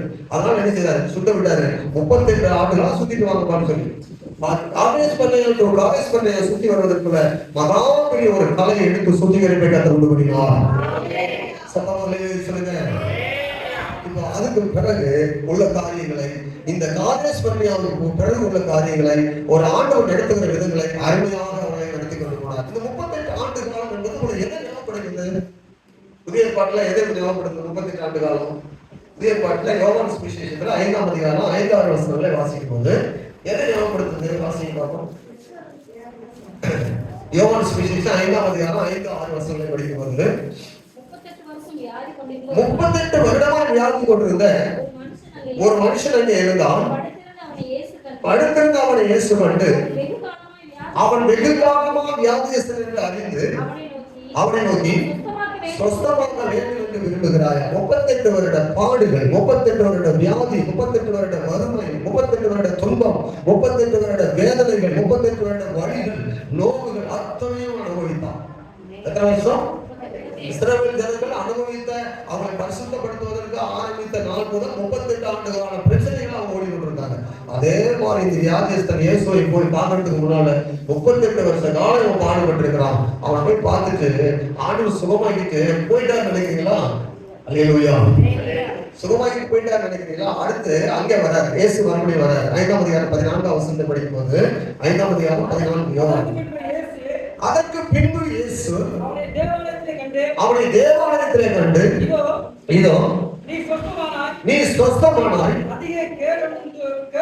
இதற்கு மேல அதிக கேடானது ஒன்றும் உனக்கு வராதபடி நீ பாவம் செய்யாத கவனமா இருந்து சொன்னாரு. அல்லேலூயா சொல்லுங்க, சத்தமா சொல்லுங்க. ஒரு உபத்திரமும் ஒரு பாடு ஒரு பிரச்சனை வந்துச்சா நம்ம அதை வந்து ஒரு மனம் இருந்தது. அதுக்கு பிறகு என்ன செய்யணும்? கவனமா இருக்கணும். இன்னைக்கு கவனிங்க, ஒரு ஆவியானுடைய அந்த வெளிச்சத்துல நான் நிறைய சபைகளை பார்க்கிறேன், நிறைய இடத்தை பார்க்கிறேன், நிறைய மக்களை பார்க்கிறேன். பிரயோஜனம் இல்லாத மக்கள் ஆண்டவருக்குள்ள ரொம்ப வருஷமா இருக்கிறாங்க. ஆனா அவங்களை குறித்து பிசாசு சபையில கண்டுக்கிறதே கிடையாது. அவங்க ஒழுங்கா ஆராதிக்க மாட்டாங்க, ஒழுங்கா சபைக்கு வர மாட்டாங்க, ஒழுங்கா எந்த குடும்பத்துக்கு வர மாட்டாங்க. அவங்களை பற்றி அவன் கண்டுக்கிறதே கிடையாது பிசாசு. ஆனால் ஒரு மனுஷன் உண்மையா ஆராதிக்க தொடங்கி தீவிரமா வாழ்ந்து வரும்போது அவங்க மேல பிசாசுடைய கண்கள் விசேஷமான பார்வை வருகிறது. நல்லா கவனிங்க, நீங்க அதிகமா ஜெபித்து உண்மையா ஓடணும், கத்தருக்காக தீவிரமா வாழணும்னா நீங்க ரொம்ப கவனமா இருக்கணும். பரலோகத்துக்கு போகிற கத்தோலிக்க பிள்ளைங்க எப்படி இருக்க வேண்டும்? நான் ஒரு 2017 நம்ம சபைக்கு ஒரு வாலிப தம்பி வந்தார். நம்ம சபையில அவ்வளவு பேர் பெரும் கூட்டத்துல ஒரு தம்பி முன்னாடி இருக்கான்னு ஆராதிக்கிறான். அந்த தம்பியுடைய ஆராதனை எல்லாருடைய சபைக்கும் ஓவர்டேக் பண்ணிடுச்சு. அவன் ஒரு வாரம் 2 வாரம் தான் சர்ச்சைக்கு வந்திருக்கான். அவங்க சபையில உண்மையா இருந்திருக்கான். அவங்க வந்து கெஸ்டா வந்ததுனால சர்ச்சைக்கு வந்தான். நான் பார்த்தா அவன் ரொம்ப பொறாமப்பட்டேன், ரொம்ப ஆச்சரியப்பட்டேன். அவன் சபைக்கு எவ்வளவு ஒரு தூணா இருக்கான், இப்படி ஆராதிக்கிறான், இப்படி அலைகளை சொல்றான். இவனை பார்த்து எல்லாருமே துணிக்க ஆரம்பிச்சிருவாங்கல்ல, இப்படி ஒரு உற்சாகமா இருக்கிறாங்க. கத்தர் எடுத்து அவன் பாருங்க, இவ்வளவு உற்சாகமா இருக்கிறவங்க ஆண்டுடைய காரியத்துல ரொம்ப தெளிவா இருக்கிறவங்கள அவன் மேல பிசாசு ஒரு கண்ணு வைக்கிறான். உடனடியாக அவனை தீவிரமா இருக்கிறவனை எப்படி தள்ள வேண்டும்? எப்போதுமே ஆவிக்குரிய காரியங்களும் ஒரு அரசியலை கண்டுபிடிங்க. நீங்க ரொம்ப தீவிரமா இருந்தீங்கன்னா உங்களுக்கு பிரச்சனை வரும். காரணமே உங்களுக்கு தெரியாது. அல்லேலூயா. உங்களை வந்து எப்படி ஆயினும் உங்களை வந்து மதிக்கணுங்கிற ஒரு தீர்மானத்துக்கு அவன் வருவான். ஏன்னா அவன் நிறைய அனுபவசாலி. பிசாசு இன்னைக்கு நேரத்தை உண்டாடுவாங்க. அதனால அவனுடைய வசனம் சும்மா சொல்லலைங்க. நீங்க நிறைய திருமணங்களை படிக்காம இருக்கீங்க. வசனம் வந்து சும்மா சொல்லல. கத்தருடைய பிள்ளைகள் நன்றாக நீங்க ஊழியம் செய்யறவங்களுக்கு, நல்லா ஆராதிக்கிறவங்களுக்கு, சபை குறித்து கவனமா இருக்கிறவங்களுக்கு, நீ உற்சாகமா இருக்க வேண்டும் வாஞ்சியா இருக்கிறவங்களுக்கு சில பிரச்சனைகள். இப்போ 11 பேருக்கு வராத ஒரு வெளிப்பாடு யாருக்கு வந்தது? என்னை யார் என்று சொல்லுகிறீர்கள் கேட்கிறாரு. அப்ப எல்லாருமே அமைதியா இருக்கிறாங்க. சரி, நீங்கள் யார் என்று சொல்றது கூட உலகத்துல என்னை யார் என்று சொல்றாங்க கேட்கும்போது, உலகத்துல வந்து பெஸ்டாயிலா பகுதியில யாருன்னு உங்களுக்கு சொல்றாங்கன்னா, சில சொல்றாங்க நீ யோவான்னு சொல்றாங்க, சில தீர்க்கதரிசனம் ஒருவன் சொல்றாங்க, நீ எரேமியான்னு சொல்றாங்க, உங்களை பலரும் பல மாதிரி சொல்றாங்க, தீர்க்கதரிசனம் ஒருவரா இருக்குன்னு சொல்றாங்க அப்படின்னு சொல்லும் போது இயேசு மற்றவங்க சொல்றத வெளிப்பாடு இருக்கட்டும். நீங்கள் இந்த 12 பேர்ல இவ்வளவு என்ன அழைத்திருக்கிறீங்க, என் கூட இருக்கிறீங்க, நீங்கள் என்ன யாருன்னு சொல்றீங்க கேட்டார். அப்ப 11 பேர் அமைதியா இருக்கும்போது அந்த பேரை எழுதி சொல்றான், நீ ஜீவனுள்ள தேவனுடைய குமாரனாகிய கிறிஸ்து. என்ன சொல்றான்? நீ ஜீவனுள்ள தேவனுடைய குமாரனாகிய கிறிஸ்து அப்படின்னு சொன்ன உடனே அப்படி சொல்றாரு, இது மாம்சம் ரத்தம் உனக்கு வெளிப்படுத்தல, பரலோகத்துல பிதா உனக்கு வெளிப்பாட்டை கொடுத்தார். இந்த வெளிப்பாட்டை யார் உனக்கு கொடுத்தது? தேவனை பற்றி இவ்வளவு ஆழமான அறிவே ஆவி அந்த தேவனே உங்களுக்கு வெளிப்பாட்டை கொடுத்திருக்கிறார். உடனே அந்த அதிகாரத்துல கீழே வரும்போது அவங்களுக்கு ஒரு பிரச்சனை வந்து பாருங்க. அவங்க உடனே கூட்டி கொண்டு போறான் இயேசுவை. நான் அந்த உட்காந்து அந்த இடத்த ரொம்ப வாசித்தேன். இத்தனை பேர் இருக்கிறாங்க. ஆண்டவரே வாங்க, கையை பிடிச்சிட்டு வாங்க கூப்பிட்டு போறோம். அவரு போறாரு, ஆட்டுக்குட்டி மாதிரி போறாரு. எனக்கு ரொம்ப இப்ப எதிரான கூப்பிடுற என்னை கூட்டு போறதுக்கு என்ன காரணம் இங்கே சொல்லு அப்படின்னு சொல்லி கேட்கிறேன். தனியா கூட்டிட்டு போறோம். கூட்டிட்டு போகிற அவரும் போறாரு பாருங்க கூடவே. ஆட்டோடி பார்த்து கையை பிடிச்சி தனியா கொண்டு போய் கடிந்து கொண்டான். நீ பார்க்கிற சிலுவையில மனுஷ பார்த்துக்காங்க அந்த வசனம் அப்படி இருக்குது. கடிந்து கொண்டானா. அப்ப வந்து சொல்றாரு, இவ்வளவு உண்மையா பேசுறேன்னு சொல்லிட்டு நீ நல்லா தான் இருக்குது. உடனே அவர் சொன்னாரு, எனக்கு பின்னால சாத்தானே அப்படின்னு சொல்லிட்டு சாத்தான் வருவான். கவனிங்க, சாத்தான் நம்ம சிந்தனை தூண்டுவான், நம்ம பேச வைப்பான், நம்ம செயல்பட வைப்பான். நம்ம கவனமா இருக்கணும். சத்தமாக சொல்லுங்க. நம்ம பேசும்போது நம்ம ஏரியாவிலே நம்ம வேற மாதிரி எல்லாம் யோசிப்போம், நம்ம ஆவிக்குரிய காரியங்களும் யோசித்தே நினைப்போம். ஆனா உடனே அவர் வந்து அவன் அப்படியே விடல, பேசுறதே சாத்தான் தான். உடனே அவனை பார்த்து நீ தேவனுக்கு ஏற்றவில்லை சிந்திக்காமல் மனுஷனுக்கு ஏற்றவில்லை சிந்திக்கிறேன் அப்படின்னு சொல்லாதுப்பா. நான் வந்ததே இதுதான் வந்தேன், சிலுவையில் மறைக்கு தான் வந்தேன், நான் சிலுவைக்காக தான் வந்தேன். நீ மனுஷனுக்கு ஏற்றவனை சிந்திக்கிற, ஆனா தேவனுக்கு ஏற்றதை சிந்திக்குப்பா எப்படி நீ சொல்ல மாட்டேன்னு சொன்னாரு. அல்லேலூயா. எல்லாருமே வராத சோதனை எல்லாம் அவனுக்கு வந்தது. காரணம் என்ன? தேவனை தீவிரமா தேடுறான், தேவனுடைய வெளிப்பாட்டை தீவிரமா பெற்றிருக்கிறான், தேவனுக்காக பிரகாசிக்க போகிறான், தேவனுக்காக எழுத போகிறான், தேவனுக்காக நிறைய பேரை நடத்த போகிறான். ஆகவே இவனை தள்ளிவிடும் சொல்லி பேசுறாரு. ஆண்டவரிடத்துல கொண்டு போய் என்ன செய்கிறான்? மாற்றி காட்டுறான். ஆண்டவர் கோபம் வரட்டும், ஒரு ஏதாவது திட்டட்டும், இவனை வந்து புறமாக்கிடுவோம், சபையை கெடுத்துருவோம், ஊழியத்தை கெடுத்துருவோம், மற்றவங்களை இவனுக்கு என்ன செய்வோம்? எல்லாரையும் தொலைச்சிடுவோம், இவனை வைத்து இவன் என்ன சபையை கட்டுவான், இவனை வந்து என்ன செய்வோம்? தூரமாக்கிடுவோம் அப்படின்னு சொல்லி அவனை வைத்தே காரியத்தை பிசாசு நடத்த பார்க்கலாம். ஆண்டவர் அதை விட தேவனம் பண்ணுவாங்க. சட்டமாலையை சொல்லுங்க. அதுபோல தீவிரம் இல்லாத கண்டுக்க மாட்டோம். உங்களுக்கு பிரச்சனையே வராது, சீக்கிரமா வரவே வராது. வந்தா கூட நீங்களே பேலன்ஸ் பண்ணிடுவீங்க. கல்வி சொல்லுவாங்க, சத்தமா சொல்லுங்க. தேவனுக்காக தீவிரமா வாழாதவங்களுக்கு பிரச்சனை வரும். ஆனா வந்து அவங்களே பேலன்ஸ் பண்ணிடுவாங்க. பாஸ்டே வேண்டாம், அவங்களே ஜோமணி சரியாக்கிடுவாங்க, அவங்களே ஆலோசனை பண்ணிடுவாங்க. ஆனால் ஆண்டுடைய காரியத்துல துடிப்பா இருக்கிறவன், தேவ காரியத்துல தீவிரமா இருக்கிறவன், தேவனுக்காக ஓடணும்னு துடிக்கிறவன், அவன் காரியத்துல சில பிசாசுடைய போராட்டங்கள் நேரடியான தாக்குதல் வரும். அதுல கவனமாக இருந்து பிசாசை மேற்கொண்டு நம்மை சுத்திகரித்து நாம் தேவனுடைய ராஜ்யத்துக்கு பரம ராஜ்யத்துக்கு அழைக்கப்பட்டிருக்கிறோம். ஆமென். சத்தமா சொல்லுங்க. இந்த சுத்திகரிப்பின் இடத்தை நீங்க மறந்துடக்கூடாது. உங்களுக்கு சில நேரம் அவங்க கடினமா இருக்கும். அப்போ அவங்க காலேஜ் பண்ண வந்தவங்க என்ன நினைச்சிருப்பாங்க நீங்க யோசித்து பாருங்க. நான் நல்லா தான் இருக்கிறேன், எனக்கு ஏன் இந்த அலைச்சல், நான் உண்மையாக தான் பின்பற்றினேன், எனக்கு ஏன் இந்த பிரச்சனை, நான் கத்தருக்குள்ள உண்மையா இல்லையா, என்னுடைய பிரச்சனை உங்களுக்கு தெரியாதா, அந்த போய் சுத்தி மறுபடியும் இங்கே 38 வருஷம் எனக்கு கொண்டு கொண்டேன், எனக்கு ஆனாலும் அனுப்பிந்தா இவ்வளவு நாள் எவ்வளவு சந்தோஷமா இருப்பேன். இந்த வனாந்திர வாழ்க்கையினுடைய வேதனை எவ்வளவு தெரியுமா? இந்த வனாந்திரத்துல என்னுடைய சுய காரியங்களை ஒண்ணுமே செய்ய முடியல, நினைச்சதை சாப்பிட முடியல, நினைச்ச ட்ரெஸ் போட முடியல, நினைத்தபடி நான் விரும்பி ஒரு இடத்துக்கு போக முடியல, கூடாதா எங்க நிலம் இருக்குதோ அது வரைக்கும் தான் போக முடியுது. பகல்ல நிலவை தாண்டி போனா வெயில் என்ன செய்யும், சுட்டு எரிந்து கொண்டு விடும். இவ்வளவு ஒரு கட்டுப்பாட்டுமா வைத்திருக்கிறீங்க, இவ்வளவு 38 வருஷமா இவ்வளவு நாங்க வந்து கஷ்டப்பட்டு இருக்கிறீங்களா ஆண்டவரே சொல்லி அவங்க நினைச்சிருக்க கூடும். ஆமென். ஆனால் ஆண்டவர் என்ன செய்யறாருன்னா பரிசுத்தப்படுத்துகிறார். காலேஜ் பண்ணைய அந்த சபை கூட நீங்கள் போகிறீங்க வருகிறீங்க ஒரு ஆவிக்குரிய வாழ்க்கை முன்னேறுகிறதா, ஒரு வட்டத்தில் கூட சுற்றி சுற்றி வருகிறீங்களா என்பதை நீங்க பாருங்க.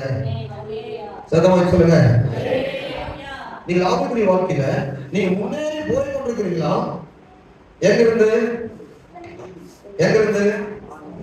எங்கேயோ போயிட்டீங்க, எங்கேயோ சுத்திட்டீங்க, அங்க இருந்து நேரடியா கானானுக்கு போகிற பாதை உங்களுக்கு தெரியுதா, நேரம் அங்க போறீங்களா? அல்லது நீங்க போகிற பாதை நலமான பாதை தான் நான் போகிறேன்னு சொல்லி காலேஜ் பண்ணையோட சுத்தி காலேஜ் பண்ணையோட சுத்தி கொண்டு இருக்கிறீங்களா? அவங்க நினைச்சு கொண்டு இருந்தாங்க அந்த காலேஜ் பண்ணையை விட்டு போக நினைச்சிருப்பாங்க தெரியுமா? கொடுத்தோம்லாம் ஆஹா நாங்களும் போயிருவோம், ஆண்டு போக மாட்டா கூட மன்னிச்சிருவாரு, மன்னிப்பாரு, சில முறை மன்னிப்பாரு. வசனம் இருக்குது பாத்தீங்கன்னா 10ஆம் புத்தகத்துல அவரே சொல்றாரு, இது என்ன புத்தகத்துல கணக்கு சொல்றாரு, என்ன சொல்றாருன்னா இதுவரை என்னை 10 முறை முன்முறுத்தீர்கள். எத்தனை முறை? ஆண்டு பிடிக்காத ஒரு சுகம் என்னன்னா, நானும் எனக்கு சில காரியம் நடக்கல, எனக்கு கஷ்டமா இருக்குது, யாவில உடைக்கப்படுறேன், சில காரியம் எனக்கு நடக்காத ரொம்ப கஷ்டப்படுறேன், ஆண்டவரே இந்த ஜெபம் கேட்கப்படலன்னு சொல்லி ரொம்ப ஒரு மாதிரி சோர்வுக்குள்ள தள்ளது போல இருக்குது. சில போராட்டங்களை எப்படி நம்ம அதை ஜெயிக்கிறதுன்னு தெரியல. ஆனால் இந்த சூழ்நிலையில தான் நம்ம கவனமா இருக்கணும். அந்த நேரத்துல ஒருவருக்கும் வந்துவிடக்கூடாது. அல்லேலூயா. பொறுமையா நிதானமா, சரி கர்த்தர் ஏதோ காரியம் வச்சிருக்காங்க, சில காரியங்களை எனக்கு கற்றுக் கொடுக்குறீங்க, சில காரியங்களை சொல்றீங்க, சில பாதைகளை நடத்துறீங்க, எனக்கு பிரியமே இல்லை, சில காரியங்கள் எனக்கு வருகிறது பிரியம் இல்லை, ஆனாலும் பொறுமையோடு அவருடைய ஜனங்கள் அவங்க எதிர்காலத்தை குறித்து அவருக்கு நினைச்சிருக்கலாம். எப்படி நினைச்சிருக்கலாம்? நாங்க நேரா தான் போய் கொண்டிருக்கிறோம், நாங்க ஒழுங்கா தான் போய் கொண்டிருக்கிறோம், நேரா கானானுக்கு தான் போனோம். இல்ல அங்க கானானுக்கு போயிட்டு கானானுக்கு பக்கத்துல போயிட்டு நம்ம போயிட்டாரு, மறுபடியும் மேக ஸ்தம்பத்தையும் அக்னி ஸ்தம்பத்தையும் மேல பக்கம் திருப்பிட்டாரு. அங்க போய் திருப்பி அங்க மேல போயிட்டு வடக்கு பக்கத்துல எருசலேம் நகரத்தை நோக்கி போயிட்டு மறுபடியும் அப்படியே ரிட்டர்ன் பண்ணாரு பாருங்க. திரும்ப காலேஜ் பண்ணாமலே வந்து பிரயாணம் இருக்காங்க. எவ்வளவு கஷ்டமா இருக்கு பாருங்க. 38 வருஷம் அழைச்சிட்டு அதே இடத்துக்கு மறுபடியும் வந்து அவங்க மனநிலை எப்படி இருக்குன்னு யோசித்து பாருங்க. காரணம் என்னன்னு சொன்னா, தேவன் எதிர்பார்க்கிற ஒரு பரிசுத்தம், பக்கமா இருக்கலாம் தூரமா இருக்கிறது முக்கியம் இல்லை. தேவன் எதிர்பார்க்கிற ஒரு ஒழுங்கு, தேவன் எதிர்பார்க்கிற நம்ம இடத்துல விசுவாசம், தேவன் எதிர்பார்க்கிற நம்ம இடத்துல வாஞ்சை. வேற ஒண்ணு என்ன கேட்டாரு? உங்ககிட்ட என்ன தாமல் கேட்டாரு? மனத்தாழ்மையா நடவுங்க, தேவனை சேவிங்க, மகிழ்ச்சியா இருங்க, பெருமை நடாதுங்க. இதுதான் உங்கள்கிட்ட கேட்டேன். இதுக்கு அப்படியே சொல்றாரு. உங்கள்கிட்ட ஆண்டவர் என்னத்தை கேட்கிறாரு? மனத்தாழ்மையா இருக்குன்னு தான் சொல்றாரு. அப்ப மனத்தாழ்மையை அணிந்து கொண்டு ஆண்டவரத்தில் நீங்க இருக்கிற போது ஒருபோதும் நீங்க என்ன செய்ய மாட்டீர்கள். இந்த 38 ஆண்டுகளாக வந்தாலும் அந்த ராஜ்யத்துல நீங்க போய் சேர முடியுங்களா, நான் போய் சேர முடியுங்களா இருப்போம். ஆமென். அல்லேலூயா. உங்களை சுத்திகரிக்காமல் 38 ஆண்டுகள் சென்றாலும் சரி, உங்களையும் என்னை அவர் சுத்திகரிக்காமல் கானானில் சேர்க்க மாட்டார். எதிர்காலத்தை குறித்த செய்தியை நம்ம பேசி கேட்டவுடனே இருக்கிற சில வாரங்களாய். ஆமென். உங்களை நடத்துவதற்கு ஒருவர் தேவை, நீங்களா நடக்க முடியாது, வேறொருவர்களை நடத்தணும். ஆர்வம் உத்தமமா இருந்து கூட அந்த ஜனங்களாக இருக்க முடியல. இந்த காலத்துல உள்ள ஊழியக்காரரை விட அவ்வளவு பேர் இருக்கிறாங்க. அந்த காலத்துல உள்ள மோசே உத்தமம், என் வீட்டுல எங்க உண்மை இல்லைன்னு ஆண்டவரே சாட்சி கொடுத்தாரு. ஆனா கூட அவங்க என்ன செய்யல, அங்கே 11ஆம் அதிகாரத்திலே சொல்லிட்டாரு, என்னாகும் 11ஆம் அதிகாரத்திலே சொல்லிட்டாரு. ஆனா இந்த 29 36 அதிகாரம் முடிஞ்சிருச்சு, 36 அதிகாரம் வரைக்கும் கூட அவங்க மனம் திரும்பல. அங்க பாருங்க, உபாகமம் 1ஆம் அதிகாரத்துல போய் மறுபடியும் சொல்றாரு, உபாகமம் 4ஆம் அதிகாரத்துல போய் மறுபடியும் சொல்றாரு, உபாகமத்துல 9ஆம் அதிகாரத்துல போய் மோசையை கொண்டு மறுபடியும் கர்த்தர் பேசுறாரு. அல்லேலூயா. கானானில் நம்ம சேர்க்க வேண்டும் என்றால், தேவன் குறித்திருக்கிற வாக்குத்தத்தமான பூமிக்கு நம்ம போக வேண்டும் என்றால், நம்முடைய எதிர்காலத்தை கர்த்தர் நடத்த வேண்டும் என்றால், ஒருவருக்கும் முறையிடுதலும் சண்டையும் கலகமும் செய்கிற விசுவாசிகளை துன்பங்களுக்கும் பாடுகளுக்கும் வியாதிகளுக்கும் கஷ்டங்களுக்கும் நஷ்டங்களுக்கும் உட்படுத்தி அவர் பரிசுத்தப்படுத்துவார். சத்தமே வரல, இது நடப்புறவங்களா இருக்கும். நான் மறுபடியும் சொல்றேன், கலகம் பண்ணி முறையிடுதல் தேவையில்லாம பிரச்சனை பண்றவங்கள கர்த்தர் என்ன செய்வார்னா, பரலோகத்துக்கு கொண்டு போகணும்னு சொன்னா ஆண்டவர் என்ன செய்வார்னா, தேவையற்ற காரியங்களில் ஈடுபடவில்லை, ஆண்டவர் பரிசுத்தப்படுத்துவதற்காக இவ்விதமாக செய்வார். 1 கொரிந்தியர்ல தெளிவா சொல்றாரு, 1 கொரிந்தியர் சபைக்கு சொல்றாரு, 1 கொரிந்தியர் 3ஆம் அதிகாரம் 10ஆம் வசனத்திலிருந்து 18ஆம் வசனம் வரைக்கும். 1 கொரிந்தியர் 3 10ஆம் வசனத்திலிருந்து பேசும்போது, எனக்கு அளிக்கப்பட்ட தேவ கிருபையின்படியே புத்தியுள்ள சிற்பாசாரியை போல அஸ்திவாரம் போட்டேன், வேறொருவன் அதன் மேல் கட்டுகிறான், அவன் இன்ன விதமாய் கட்டுகிறான் என்று பார்த்த கடவன். போடப்பட்டிருக்கிற அஸ்திவாரம் இயேசு கிறிஸ்துவே அல்லாமல் வேற அஸ்திவாரத்தை போட ஒருவராலும் கூடாது. ஒருவன் அந்த அஸ்திவாரத்தின் மேல் பொன் வெள்ளி வெளியேற பெற்ற கல் மரம் பொருள் வைக்கோல் ஆகிய இவைகளை கட்டினால் அவனுடைய வேலைப்பாடு வெளியாகும். நாளானது, இந்த நாளானது என்பது இடத்துல நீங்க என்ன செய்யணும்னா எழுதி வைக்கணும். நாளானது விளக்கப்பட்டா 38 வருஷத்துக்கு எழுதி வைக்கணும். காலேஜ் பண்ணையா ஏன் விளக்கப்பட்டோம்னா, அதுக்கு மேல இருக்கிற பொருள்களுக்கெல்லாம் என்ன பண்ணணும், சோதனை வரும். என்ன சோதனை? அதுக்கு வசனத்துல சொல்றாரு, நாளானது விளக்கப்படும், அதை விளக்கப்படும் ஏனெனில் அது அக்னியினாலே வெளிப்படுத்தப்படும், அவனுடைய வேலைப்பாடு எத்தனை உள்ளது என்று அக்னியானது பரிசோதிக்கும். அவர் கீழே சொல்றாரு, அதன் மேல் ஒருவன் கட்டினது நினைத்தால் அவன் கூலியை பெறுவான், ஒருவன் கட்டினதை வெந்து போனால் அவன் நஷ்டமடைவான், அவனும் ரட்சிக்கப்படுவான். அதுவும் அக்னியில் அகப்பட்டு தப்பிடுவது போல இருக்கும். நீங்கள் தேவனுடைய ஆலயமா இருக்கிறீர்கள் என்றும் தேவனுடைய ஆலயங்களில் வாசமா இருக்கிறதும் அறியாதிருக்கிறீர்களா? ஒருவன் தேவனுடைய ஆலயத்தை கெடுத்தால் தேவன் அவனை கெடுப்பார், சந்தேகமே இல்லை. அல்லேலூயா சொல்லுங்க. நீ ரட்சிக்கப்பட்டீங்க, உங்களை கெடுக்கிறதுக்கு தேவையில்லாத காரியங்கள்ல பிடிவாதத்துக்கு கெடுக்கிறது எப்படி? நீ சோறு சாப்பிடுறீங்க, காய்கறி சாப்பிடுறீங்க, அது உங்களுக்கு சதையா மாறுதா இல்லையா உடம்புல? சொல்லுங்க. இது எவ்வளவு பெரிய அதிசயம் சரீரத்தில் நடக்குது. அவ திருவிருந்தை எடுத்தா அவங்களுக்குள்ள ஜீவனா மாறுமா மாறாதா? திருவிருந்தை எடுத்தாங்க என்ன செய்யறீங்கன்னா என்ன செய்யும் சரீரம்? திருவிருந்தை எடுக்காம இருந்தா என்ன ஆகும்? நீங்கள் உங்களை கெடுக்கிறீங்க, உங்களை நீங்கள் கெடுத்தால் தேவன் உங்களை கெடுப்பார். வசனம் தெளிவா சொல்லுது. இது வசனம் தான் தெளிவா சபைக்கு சொல்றாரு. சபைன்னா கெடுத்து விடக் கூடாது. ஆமென் சொல்லுங்க. நீங்க நீண்ட காலம் அப்ப உங்களை நீங்களே கெடுத்துக் கொள்ளக்கூடாது. ஏன் சில பிரச்சனைகள் சில போராட்டங்கள் வாழ்க்கையில தேவ ஆசீர்வாதங்கள் தடையா இருக்கிறது என்றால் நீங்களே உங்களை கெடுக்க காரணமா இருக்கிறீர்கள். கெடுத்துக் கொள்ளக்கூடாது. அடுத்த வசனம் சொல்லுகிறது, தேவனுடைய ஆலயம் பரிசுத்தமா இருக்கிறது, நீங்களே வந்தாங்க ஒருவனும் தன்னைத்தானே வஞ்சியாது இருப்பானாக. இவ்வுலகத்திலே உங்களில் ஒருவன் தன்னை ஞானி என்று எண்ணினால் அவன் ஞானியாகபடி பைத்தியக்காரனாக கடவன். ஆமென். எப்போது நான் ஞானி என்று சொல்கிறேனோ அப்ப பைத்தியக்காரனாக கடவன் என்று வேதம் சொல்லுகிறது. ஆகவே கண்மான கத்துடைய நம்ம சீர்படுத்தி சிறப்படுத்தி கத்துக்குள்ள பலப்படுத்தி நிலைநிறுத்துவதற்கு 1 பேதுரு 5ஆம் அதிகாரத்தில் வாசிக்கும் போது 1 பேதுரு 5:19 வசனங்களில் கொஞ்ச காலம் பாடு அனுபவிக்கிற உங்களை சீர்படுத்தி ஸ்திரப்படுத்தி பலப்படுத்தி நிலைநிறுத்துவராக அவருக்கே மகிமையின் கடவும் எண்ணத்தையும் கொஞ்ச காலம் உங்களுக்கு பாடுகள் உண்டு. கொஞ்ச காலம் சீர்படுத்துவதற்காக சில உபத்திரங்கள் உண்டு. உங்களுக்கு வருகிற வார்த்தைகள் உங்களை நடத்துகிற விதங்கள் சில போராட்டங்கள் கடினமா இருக்கும். எதற்குன்னா சீர்படுத்துவதற்காக. அல்லேலூயா. சத்தமாய் சொல்லுங்க. பின்னாடி பெரிய ஏமாற்றத்துல விட்டுக்கூடாது. இப்போ இவ்வளவு பிரயாசப்பட்டோம், கடைசியான வந்த நிலைமை என்ன? எகிப்தில 10 அற்புதத்தை கண்டாங்க, யெகோவாவுடைய வல்லமை கண்டாங்க. அவங்க வீட்டுக்கு பக்கத்திலே மரணம் விழுந்திருக்கு, அவங்க வீட்டுல மரணம் இல்லை. கர்த்தர் பாதுகாத்திருக்கிறாரு. சோதனம். அவங்க வீட்டுல பக்கத்துல செத்து போய் அவங்க வீட்டுல இடம் கொண்டாடுறாங்க, அவங்க வீட்டுல அற்புதமா கர்த்தர் காத்திருக்கிறாரு. வசனம் சொல்லுகிறது, இவங்க வீட்டுல வரும்போது சங்காரக்காரன் தூக்கம் தாண்டி தாண்டி தாண்டி போறான். இத்தனை அற்புதத்தை கண்களை கண்டாங்க, கடைசியான அற்புதத்தை கண்டாங்க. ஆனாலும் தேவனை வந்து விசுவாசிக்கிறார். விசுவாசம் வரலன்னா பைபிள் எல்லாம் வாசிக்கிறேன். அல்லேலூயா. விசுவாசம் இல்லாம நீங்க பைபிள் தூக்கிட்டு சர்ச்சைக்கு வந்து விசுவாசம் இல்லாம வண்டி ஓடிச்சுன்னா உங்க இடத்துல குணங்கள் மாறாது, முருகன்கள் மாறாது, கீழ்படியாமல் இருக்கும். அப்படி இருக்கின்ற போது கண்டிப்பா காலேஜ் பண்ண இருக்கும், காலேஜ் பண்ண தான் வேற வழி ஆண்டவர் இருக்க மாட்டாங்க. எனக்கு தெரியாது. அப்படி வேற வழி வைத்திருந்தாதான் அவங்க தான் 3 நாளைக்கு உள்ள போயிட்டு இருப்பாங்க.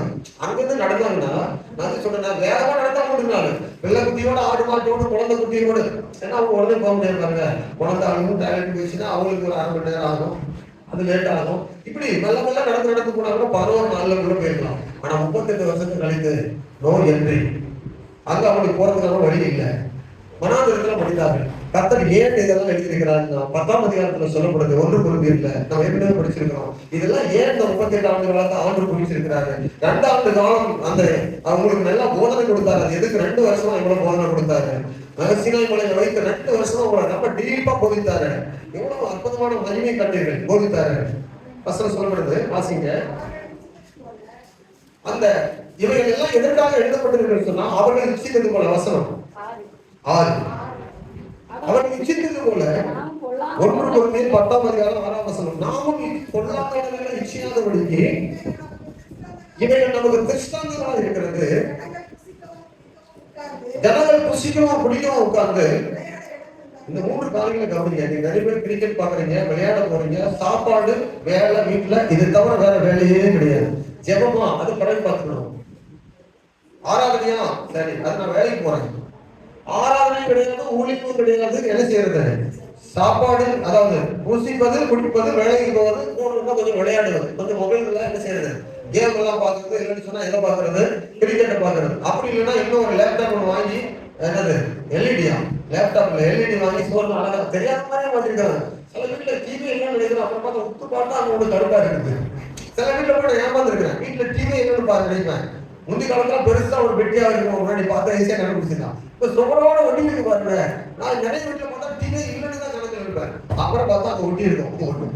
அதோட இவங்க போய் எப்படி ஒட்டிடுறாங்க, ஒட்டப்பட்ட எல்இடி டிவியோடு போய் ஒட்டியிருக்காங்க. நல்ல கதை, நல்ல சுவாரஸ்யமான ஸ்டோரி, திருவிழா, அடுத்தடுத்து என்னென்ன வருது, அடுத்தடுத்து என்னென்ன வருது பார்த்துட்டு அங்கே கதை போக்கி அப்படி பிள்ளைகளே கவனிங்க. நாம் வசனம் சொல்லுகிறது, நம்மை ஆண்டவர் பரிசுத்தத்துக்கு என்று அழைத்திருக்கிறார். திருஷ்டாங்கப்படுத்த ஆண்டவர் நாமே எழுதி வைத்திருக்கிறார். விளையாட்டு, சாப்பாடு, குடித்தல் என்பதற்கெல்லாம் நம்ம இடம் கொடுக்கக்கூடாது. வசனம் சொல்லுகிறது 14ஆம் அதிகாரம் 17ஆம் வசனத்துல வாசிக்கும் போது, ரோமர்ல தேவனுடைய ராஜ்யம் புசிப்பும் குடிப்பும் அது தேவனுடைய நீதியும் சமாதானமும் பரிசுத்த ஆவியினால் உண்டாகும். ஆவியானவர் உங்களை சந்தோஷப்படுத்துறாரா? இல்லைன்னா உங்களுக்கு ட்ரபிள் இருக்கு. சந்தோஷமா இருக்கீங்களா? ஐயோ தெரியாம கேட்டேன். சந்தோஷமா இருக்கீங்களா? ஆமா. பிரசங்கத்தை நிறுத்திட்டு போய் உட்கார்ந்து ஜூஸ் குடிச்சிட்டு சோத்திரம் பண்ண கிருபை கிடைக்கும். இந்த பாட்டு பிரசங்கத்தை நிறுத்திட்டு சொல்லுவார் ஆண்டவர். அப்படி பிள்ளைங்க கவனிங்க. வசனத்துக்கு நம்ம ஒப்பு கொடுக்காத போது ஆண்டவர் என்ன சொன்னா, நான் கட்டளையிட்ட யாவையும் அவர்கள் கை கொள்ளும்படி போதனை பண்ணுங்கள். கை கொள்ளும்படி அளவுக்கு நடத்தணும். சில காரியங்கள் கஷ்டமா தான் இருக்கு பேசும்போது. சில சாட்சிகள், சில காரியங்கள் சொல்லும் போது கஷ்டம். நிறைய பேர் அது நிமித்தம் நிறைய கஷ்டப்பட்டு இருக்காங்க. ஆனால் அதை நீங்க உங்களுக்கு என்ன செய்யணும், அதெல்லாம் எடுத்துக்கொள்ளணும். ஏன்னா உங்களை சீர்படுத்த, ஸ்திரப்படுத்த வசனம் தான் இருக்குது. அல்லேலூயா, சத்தமா சொல்லுங்க. அதனால சில நேரம் உங்களுக்கு இருக்கிற வசனம் போனாலுமே நீங்க ஒப்பு கொடுக்க வேண்டாம். நீங்க வாஞ்சியோடு கேட்டாலும் அர்ப்பணிக்க வேண்டாம். நீங்க கத்தோலிக்க பிள்ளைகள் நிறைய நேரங்கள் இதாக கொண்டிருக்கிறீங்க. காலேஜ் பண்ணையாவது வரக்கூடாது. நம்ம நேரடியாக எங்க போகணும், கவனம் போகணும். சத்தமா சொல்லுங்க, எங்க போகணும்? வீண் அலைச்சல் வேண்டாம், வீண் விரயமான கண்ணீர்கள் வேண்டாம், வீணான துன்பங்கள் வேண்டாம், வீணான பாடுபட்டேன்னு சொல்லி நீங்க சொல்ல வேண்டாம். வாழ்கிற வாழ்க்கை உங்களுக்கு இனிமையாய் மாற தேவனுடைய வசனத்தை கைக்கொள்ளும் போது உங்களுக்கு காலேஜ் பண்ணையா ஆமென் அந்த இடமானது உங்களுக்கு ஒரு சுத்திகரிப்பு இடமா இருந்து அற்புதமான பகுதியை கத்து கொண்டு போகும். ஆமென். நீங்க சொன்னாங்க பாருங்க, 38 வருஷம் வியாதி கொண்டவங்க பார்த்துட்டு சுகமாயிட்டு நினைக்கிறாங்க. கவனமா இருக்கு. இன்னைக்கு மேல தான் இருக்கணும். ரசிக்கப்பட்டவங்க ரொம்ப கவனமா இருக்கணும். இருக்கணும். ஏன்னா நம்ம ஒரு தரம் பிரகாசிக்கப்பட்டோம், இன்னொரு தரம் ஒரு விழுகை எனக்கும் உங்களுக்கும் வந்துருச்சு. நான் நிறைய பேர் பார்த்துருக்கேன், உங்களுக்கு வந்தவங்களே நிறைய பேர். அதெல்லாம் நம்ம அவங்க சொல்லி நம்ம சந்தோஷப்பட முடியாது. அழுகுதான் வரும். அவங்களை நினைச்சா நமக்கு இறுதியும் உடையும். எப்படி இருந்தாலும் இப்படி ஆயிட்டாங்க. அது என்ன சொன்னா, பிசாசு அவங்களோட விளைவிச்சிட்டு பிறகு நம்ம அதுதான் நான் உங்களுக்கு கண்ணீரோடு சொல்கிறேன். நம்ம இப்போ அதிகமா கண்ணீரோட காரணம் என்னன்னு சொன்னா, உங்களுடைய மனது உண்மை நின்று கெடுக்கப்படுமோ என்று பயந்திருக்கிறேன். அப்போஸ்தலர் பயப்பட்ட ஒரே ஒரு காரியம், விசுவாசிகள் இடையே கூடாது பயம் மட்டும்தான் அவங்களுக்கு, வேற ஒரு பயம் கிடையாது. விசுவாசம் நேரா சண்டை போட்டா ஓகேப்பா, என்னை அடிக்கிறா நீ அடி, நான் பாத்துக்கிறேன், அந்த அளவுக்கு நினைப்பாரு. ஆனா ஒரு ஆத்மா இடது இருந்தாருன்னு சொல்லும்போது பயப்படுவாரு. அல்லேலூயா. உங்க ஆத்மாவுக்கு பிரதியுத்தரம், அதாவது உங்களுக்கு கண்காணியா இருக்கிற ஆண்டவர் உங்களோட கூட போராடக்கூடாது, உங்களை நடத்துவதற்கு நீங்க விட்டுக் கொடுக்கணும். அவருக்கு பிரியமானது செய்தால் நிச்சயமா நம்ம பரிசுத்தமாக்கிற தேவன் நேர்வழியாய் நம்ம நடத்துவார். ஆமே, நம்ம பரிசுத்தமாக்குவார். நம்ம நீங்க பொண்ணாக விளங்கணும். நான் சோதித்த பற்றி எப்படி விளங்க டாவலி சொல்றாரு, யோகர் சொல்றாரு, என்னை அவர் சோதிப்பார், சோதிக்கப்பட்ட பிறகு நான் ஒரு கல்லா உடைந்து போய் கருங்கருவா இருக்கணும்னு நினைச்சாதீங்க. அவர் சோதித்த பின்பு நான் பொண்ணாகவே மாறுவேன். அல்லேலூயா. சில நேரத்துல நம்ம புடை கடிக்கும் போது சுலகம் பாத்தீங்கன்னா, சுலகம் போட்டு புடைக்கும் போது கோதுமை நல்லா தான் இருக்குதா பதறா இருக்கான்னு பாருங்க தான் புடைக்கிறாங்க. அந்த சோதனை வேண்டாம்னு சொல்லி அந்த கோதுமை சொல்லிச்சுன்னா உண்மையை கண்டுபிடிக்க முடியாது. அதனால நான் சோதித்த பிறகு நான் என்னவா மாறுவேன், பொண்ணாக மாறுவேன். அவங்க நீங்களும் நானும் இந்த வசனத்துல சொல்லப்படுது, புல்லாகவோ மரமாகவோ அல்லது விளைவுகளா இருக்கக்கூடாது. நான் எப்பக்கம் நெருக்கப்பட்டாலும் ஒடுங்கி போவது, கீழே தள்ளப்பட்டாலும் மனம் அடைந்து போவது கிடையாது. நாங்கள் நிஜஸ்தராக, பொய்யர் என்றாலும் நிஜஸ்தராக விளங்குகிறோம், எங்களை தரித்திரம் என்பதால் அனைவருக்கு ஐஸ்வர்யத்தை காட்டுகிறோம் அப்படி சொல்லி அவர் உறுதியா என்றார். எந்த சூழ்நிலையும் நீங்களும் நான் அப்படி இருக்கத்தக்கதாக இந்த காலேஜ் பண்ணையா கற்றுக் கொடுக்கிற பாடம், இந்த வசனத்தை மறுபடியும் வாசிப்போம். அவர்கள் எங்கே வந்தார்கள், நீங்க எங்கே இருக்கிறீங்க, நீங்க முன்னேறி கொண்டிருக்கிறீங்களா அல்லது பழைய சுபாவங்களுக்கே சுற்றி சுற்றி வரீங்களா, நீங்க உங்களை அடி எப்படி எடுத்து வைக்கிறீங்க, உங்களை ஆவிக்குரிய நிலைமை குறித்து நீங்க நல்லா யோசிக்க முடியுதா, அப்படி யோசித்து பாருங்க. 33 வாசிக்கிற வசனத்தை வாசிக்கிற முடிவு ஜெபிப்போம். 33 16 17 36 37 எஸ்யோன் கேபேரிலிருந்து புறப்பட்டு போய் காலேசாகிய சீன் வனாந்திரத்துல பாளையம் இறங்கினார்கள். இதுக்கு பின்பு ஆமா சரி, இந்த இடத்துல புறப்பட்டு அவங்க போகிற பாதை, இன்னைக்கு ஆவிக்குரிய பாதை உங்களுக்கு தெளிவா இருக்குதா, ஆவியானவங்களை நடத்துறத உங்களுக்கு புரிய முடியுதா, உங்களை ஆண்டவர் நடத்துறாங்க தெளிவு இருக்குதா, நீங்க போகிற பாதையில நான் எப்படி போகணும்னு எனக்கு தெரியலன்னு சொன்னா நீங்க காலேஜ் பண்ணையை விட்டு போகும்போது சுத்தி அழகிருதமா இருக்க கூடாது. ஆமென். அடி கொடுக்க, வெள்ளநடைய, போகிற பாதையில காரியங்களை சாதிக்க, விழுந்து போகாமல் நிற்க, சர்வாயுத வரங்களை தனித்து சத்துடைய எல்லா தந்திரங்களையும் புரிந்து பிசாசை மேற்கொண்டு ஜெயம் எடுத்து நம்மையும் நம்முடைய சபையும் மக்களையும் குடும்பத்தையும் நம்ம காத்து நிறுத்தக்கூடிய பலன் உள்ளவர்களாக நிற்க, எந்த விதத்திலும் விழிந்து குணங்களாக காணப்படாதபடி எழுப்பி நிற்கிறவர்களாக சாதிக்கக்கூடியவர்களாக தெளிவான பாதையில கத்த நம்ம நடத்த வேண்டும். இளையகுமாரன் போகும்போது தெளிவில்லாதவர்களா இருந்தான். இளையகுமாரன் போகும்போது கேட்டது பாதையே தெரியல, அவன் போன பாதை தெரிவித்து அவன் போயிருக்க மாட்டான். இளையகுமாரன் போன பாதை மயக்கம் அடைந்து போயிட்டான். ஆனா அங்க போயிட்டு சில பிரச்சனை ஆயிட்டு அங்க இருந்த போது அவனுக்கு தெளிவு வருது. இனி திரும்பி வரும்போது ரொம்ப என்ன செய்யறான், நாலேஜா இருக்கிறான். எப்படி இதுவரைக்கும் இல்லாத ஒரு நாலேஜ். ஆஹா, நான் என்னவோ நினைச்சேன், என்னவோ ஆயிடுச்சேப்பா, என் நண்பர்கள் எல்லாம் என்னை தாங்குவாங்க, எனக்கு கிடைத்த இன்பம் எல்லாம் எப்போதும் இருக்கும், நான் வைத்திருக்கிற பணத்தை கொண்டு என் வாழ்க்கையை தொடர்ந்து என்னை இன்பத்துக்குள்ள சந்தோஷத்துக்குள்ள நடத்துவாங்க. இல்ல குறைய குறைய அங்க எல்லாமே குறைஞ்சி போச்சு. சாப்பாடு கூட ஃப்ரெண்டு கிடையாது, துன்மார்க்கு கூட இருந்தா, துன்மார்க்கு ஸ்திரீங்க கூட இருந்தாங்க, நல்ல ஃப்ரெண்ட்ஷிப் ஆடம்பா அவங்க கொண்டாட்டம் இருந்தது. ஆனால் பணம் போன உடனே எல்லாரும் போயிட்டாங்க. இப்பதான் உட்கார்ந்து யோசிக்கிறான், ஆஹா நம்ம சுற்றி இந்த இடத்துக்கு வந்தது தவறான பாதையாச்சு, கடைசியா வந்து நிக்கிறவங்க. அப்ப அந்த தெளிவடைந்தா பாருங்க, சூப்பர் கதர் சொல்றோம் ஆண்டுக்கு மகிமை. இளையகுமாரன் தெளிவடைந்தான். அப்ப நான் போற பாதை நம்ம இங்கதான் போகணும், ஒரு தெளிவு. அப்பா வீட்டுக்கு தான் போகணுமா, நம்ம எப்படி போகணும், அப்பா வீட்டுக்கு போனா நான் போயிட்டு அங்க என்ன பேசணும், அப்பா கிட்ட எங்க நடந்துக்கணும், அப்பாவோட நம்ம எப்படி இருக்கணும் என்பது இளையகுமாரன் அப்ப தீர்மானிச்சுதான் எழுதி புறப்பட்டான். அந்த பாதையில நீ குழப்பம் கிடையாது, அந்த பாதையில என்னது சந்தேகம் கிடையாது. இனி போனா அவர் ஏற்றுக்கொள்வாரா ஏற்றுக்கொள்ள மாட்டாருங்கிறது சந்தேகம் இல்லை, குழப்பம் இல்லை. அவனுக்கு நல்ல விசுவாசம் இருந்தது, என் அப்பா எப்ப என்னை ஏற்றுக்கொள்வார், நல்ல தெளிவு, அந்த விசுவாசம். ஆனா இஸ்ரவேல் ஜனங்களுக்கு விசுவாசம் இல்லாமதான் பிரச்சனையா ஆரம்பித்தாங்க. அதனால விசுவாசம் வராத, விசுவாசங்கள் வராத யாவும் என்னது பாவமே. நீங்க விசுவாசிங்க, கர்த்தர் பேசுவதை விசுவாசிங்க, அவருடைய ரட்சிப்பை விசுவாசிங்க, அதற்காக ஒப்பு கொடுங்க. உங்க ஜெப வாழ்க்கை பெருகட்டும், வேத வசனம் பெருகட்டும், ஆயத்தில் வருகிற நாட்கள் கூடட்டும், உங்களுடைய நாட்கள் ஒன்று வீணாகாது. அப்போஸ்தலன் பவுல் சொன்னாரு, நான் ஓடினதும் ஓடுகிறதும் வீணாகாதபடிக்கு. உங்களுடைய ஓட்டம் வீணா இருக்கக்கூடாது. நானும் ஓடிக்கொண்டிருக்கிறேன், நீங்களும் ஓடிக்கொண்டிருக்கீங்க. எவ்வளவு காலம் தெரியாது அவங்க முன்னால. ஆண்டவர் ஒரு பிரகாசத்துக்காக நம்ம வச்சிருக்கிறாரு, பயனுக்காக வச்சிருக்கிறாரு. அவன் ஓடுகிறது வீணாய் ஓடிக்கொண்டிருக்க கூடாது. ஸ்தோத்திரம். வீணா என்ன செய்யும்? இன்னைக்கு சபைக்கு வந்தோம்னா அதுல பிரயோஜனம் இருக்கு. இன்னைக்கு ஏதாவது கற்றுக் கொடுக்கணும். இன்னைக்கு போனோம் வந்த ஒண்ணும் இல்லை ஒன்றும் தெரியல அப்படின்னு சொல்லக்கூடாது. ஆண்டுடைய வசனம் சொல்லுகிறது. அதனால நம்ம போகிற பாதையில நமக்கு கிடைக்கணும். அப்பொழுது ஆண்டவர் எனக்கு கற்றுக் கொடுத்தார், நிறைய காரியங்களை கற்றுக் கொடுத்தார். ஆண்டவர் இயேசு நம்ம தருவோம். ஆண்டவரை வழிநடத்துவார். நம்முடைய பாதை சுற்றி மறுபடியும் ஒரு தோல்வியான இடத்துக்கு வருகிறதா? நம்முடைய பாதை, நம்முடைய வழிகளை நம்ம கத்தருக்கு ஒப்பு கொடுப்போம். உன் வழிகளை நீ ஆராய்ந்து பாரு. உன் வழிகளை கத்தருக்கு ஒப்புவித்து அவர் மேல் நம்பிக்கை, அப்பொழுது உன் வழிகளை அவர் வாய்க்க பண்ணுவார் என்று சொல்லப்படுகிறது.